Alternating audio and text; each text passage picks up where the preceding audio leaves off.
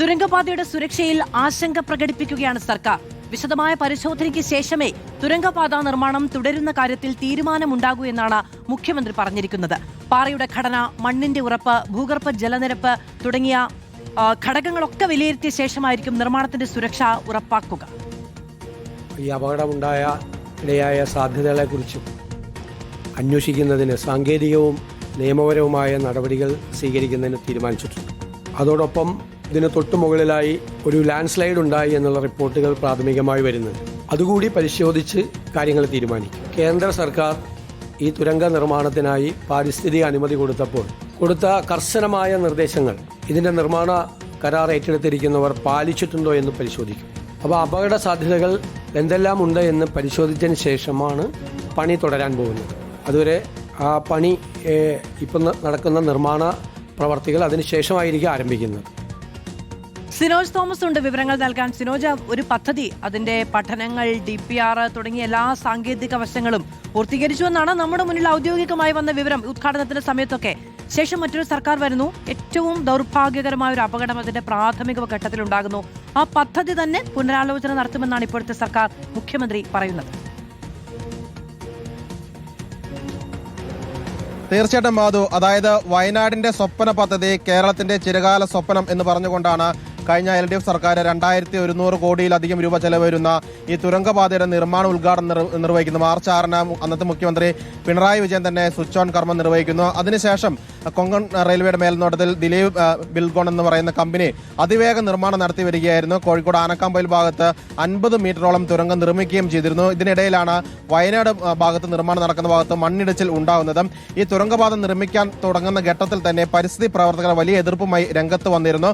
അവർ ഹൈക്കോടതിയും supreme കോടതിയെ സമീപിച്ചെങ്കിൽ അനുകൂല വിധി പരിസ്ഥിതി പ്രവർത്തകർ അനുകൂലമായി വന്നിരുന്നില്ല. കാരണം കേന്ദ്ര വനം പരിസ്ഥിതി മന്ത്രാലയം ഇതിന് അനുമതി നൽകിയിരുന്നു. സെക്കൻഡ് സ്റ്റേജ് അനുമതി ഏറ്റവും ഒടുവിൽ ഇക്കഴിഞ്ഞ ഫെബ്രുവരിയിലാണ് കേന്ദ്ര വനം പരിസ്ഥിതി മന്ത്രാലയം നൽകിയത്. അങ്ങനെ ഒരു അനുമതി നൽകിയ ഘട്ടത്തിൽ പല നിർദ്ദേശങ്ങളും കേന്ദ്ര സർക്കാർ നൽകിയിരുന്നു. അതായത് എങ്ങനെയായിരിക്കണം ഈ നിർമ്മാണം, എത്ര തോതിൽ മരുന്ന് ഉപയോഗിച്ച് വേണം ഈ പാറ പൊട്ടിക്കാൻ, അതോടൊപ്പം തന്നെ ഇവിടെ നീക്കുന്ന മണ്ണും കല്ലും ഒക്കെ തന്നെ എവിടെ കൊണ്ടുപോയി നിക്ഷേപിക്കണം തുടങ്ങിയ ഓരോ ഗൈഡ് ലൈനും നൽകിയിരുന്നു. ഇതുമായി ബന്ധപ്പെട്ട് ഇടയ്ക്കിടയ്ക്ക് ഒരു നിശ്ചിത സമയപരിധിക്കുള്ളിൽ വിദഗ്ധ സമിതി കോഴിക്കോട് ഭാഗത്തും വയനാട് ഭാഗത്തും പരിശോധന നടത്തുകയും ചെയ്യുന്നുണ്ടായിരുന്നു.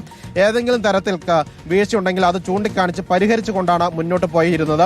ആ സമയത്താണ് ഇത്തരത്തിലൊരു അപകടം സംഭവിക്കുന്നത്. ആ ഘട്ടത്തിലാണ് ഇപ്പോൾ കേരളം ഭരിക്കുന്ന UDF സർക്കാർ പുതിയ നിലപാടിലേക്ക് പോകുന്നത്. അത് രണ്ട് തരത്തിലുള്ള അന്വേഷണം നടത്താൻ വേണ്ടി തീരുമാനിച്ചിരുന്നു. ഒന്ന്, ഈ മണ്ണിടിച്ചിൽ ഉണ്ടാകാനുണ്ടായ കാരണം, മറ്റൊന്ന് ഇത്തരത്തിൽ കേന്ദ്ര വനം പരിസ്ഥിതി മന്ത്രാലയം നൽകിയ നിർദ്ദേശങ്ങൾ ഈ നിർമ്മാണ കമ്പനി പാലിച്ചിരുന്നോ തുടങ്ങിയ കാര്യങ്ങളാണ്. രണ്ട് രീതിയിലുള്ള അന്വേഷണമാണ് നടത്താൻ വേണ്ടി പോകുന്നത്. വിദഗ്ധർ ഉൾപ്പെടെയുള്ള സമിതിയെ ഒരുപക്ഷെ നിയമിച്ചേക്കും.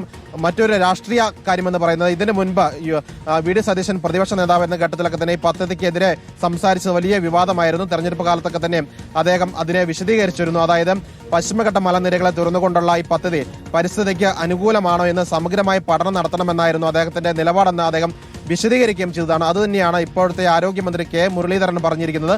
പ്രതിപക്ഷത്തായിരുന്നപ്പോൾ ഞങ്ങൾക്ക് ഈ പദ്ധതിയോട് എതിർപ്പുണ്ടായിരുന്നു. കാരണം ആ എതിർപ്പ് പരസ്യമായി പറഞ്ഞിരുന്നെങ്കിൽ അത് വികസന വിരോധികളായി ചിത്രീകരിക്കുമായിരുന്നു. അതുകൊണ്ടാണ് അന്ന് എതിർപ്പ് പറയാതിരുന്നെന്ന് പറയുന്നത്. ഏതായാലും നിലവിൽ അധികാരത്തിലുള്ള UDF സർക്കാരിന് പരിസ്ഥിതിയുമായി ബന്ധപ്പെട്ട ആശങ്കകളുണ്ട്. ഇതിലെ ഈ തുരങ്കപാത നിർമ്മിച്ചു കഴിഞ്ഞാൽ, ഈ മല തുരന്ന് പാത നിർമ്മിച്ചു കഴിഞ്ഞാൽ അത് ഏതെങ്കിലും തരത്തിൽ വയനാടിന്റെയോ അല്ലെങ്കിൽ കോഴിക്കോടിന്റെ ഈ പശ്ചിമഘട്ട മലനിരകളെ വലിയ രീതിയിലുള്ള അപകടത്തിലേക്ക് കൊണ്ടുപോകുന്ന ഒരു ആശങ്ക സർക്കാരുണ്ട്. സ്വാഭാവികമായും പഠനം നടത്തിയ ശേഷം മാത്രമായിരിക്കും നിർമ്മാണത്തിലേക്ക് കടക്കുക. കാരണം ഇപ്പോൾ മണ്ണിടിച്ചിലുണ്ടായ സ്ഥലത്ത് നിന്ന് വെറും 800 മീറ്റർ അകലെയാണ് പുത്തുമല ഉരുൾപൊട്ടലുണ്ടായ സ്ഥലം. അവിടെ നിന്ന് 5 കിലോമീറ്റർ അകലെയാണ് ചൂരൽമല ഉണ്ടാക്കിയ വലിയ ദുരന്തമുണ്ടായ മേഖല. 2 വർഷം തികയാൻ പോകുന്നു ആ ദുരന്തം വേണ്ടിയിട്ട്. അത്തരത്തിൽ ദുരന്ത ബാധിത മേഖലയിലാണ് ഈ ടണൽ നിർമ്മിക്കുന്നത്. അതുകൊണ്ട് തന്നെ ഒരു വിദഗ്ധ പഠനം നടത്തിയ ശേഷം മാത്രമായിരിക്കും ഈ തുരങ്കപാതയുടെ പുനർനിർമ്മാണം ആരംഭിക്കുക. അത് ചിലപ്പോൾ മഴക്കാലം കഴിഞ്ഞു ഇനി നീണ്ടുപോകാനുള്ള സാധ്യതയുമുണ്ട്. മാധു, സിനോജ് തോമസ് ആണ് വിവരങ്ങൾ നൽകിയത്. മുഖ്യമന്ത്രിയുടെ പ്രതികരണമാണ്. അതായത് എല്ലാ ഘടകങ്ങളും വിലയിരുത്തി പഠനങ്ങളും നടത്തിയതിനു ശേഷമായിരിക്കും നിർമ്മാണത്തിന്റെ സുരക്ഷ സംബന്ധിച്ച ഒരു ഉറപ്പുവരുത്തൽ ഉണ്ടാവുക എന്നാണ് ഇന്ന് മുഖ്യമന്ത്രി VD സതീശൻ വ്യക്തമാക്കിയത്.